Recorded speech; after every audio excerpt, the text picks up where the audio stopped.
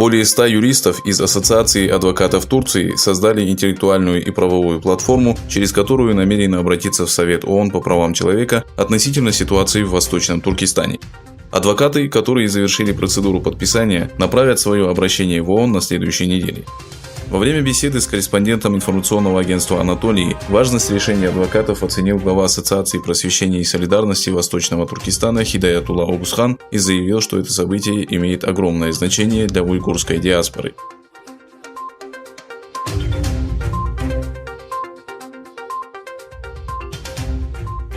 Китайские власти опровергли информацию о том, что бывший министр окружающей среды и лесного хозяйства уйгурского региона Мамед Абдулла был привлечен к уголовной ответственности по обвинению в лицемерии. Пекин заявил, что новости относительно ареста уйгурского чиновника, опубликованные в американских СМИ, сфабрикованные. Мамед Абдулла был обвинен в лицемерии наряду со многими уйгурскими чиновниками в рамках масштабных произвольных арестов, инициированных Коммунистической партией Китая в 2017 году. В ходе этого процесса более 3 миллионов уйгуров были необоснованно отправлены в лагеря и приговорены к тюремному заключению. Несколько недель назад дочь Мамеда Абдуллы Субхи Мамед, которая проживает в США, предоставила информационному агентству «Голос Америки» данные об аресте ее отца.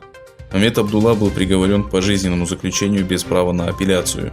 В ответ Global Times опубликовала заявление представителя китайского правительства в уйгурском регионе, который обвинил семью бывшего министра во лжи, введении мирового сообщества в заблуждение и атаке на региональную политику коммунистической партии.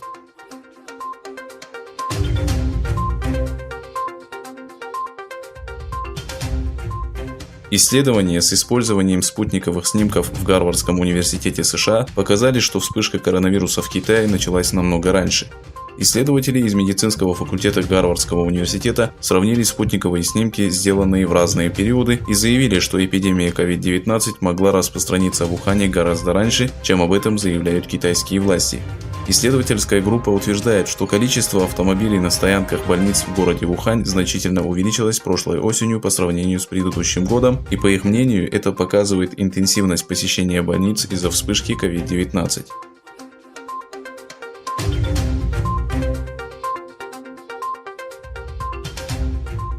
По мере роста дипломатической активности в Ливии было объявлено, что Эрдоган и Трамп продолжат сотрудничество по данному вопросу. Президент Турции Реджеп Таyyip Эрдоган провел телефонный разговор с Дональдом Трампом. Во время беседы стороны обсудили региональные вопросы и ливийский кризис.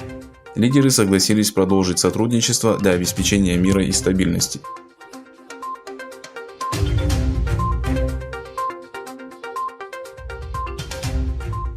Генеральный секретарь НАТО Йенс Столтенберг совместно с Атлантическим советом и Фондом Маршалла Германии инициировал процесс НАТО 2030, основной темой которого станет будущее Альянса. Одной военной силы недостаточно. Мы должны эффективно использовать НАТО и в политических вопросах. Мы должны решить все вопросы, касающиеся безопасности, отметил Столтенберг.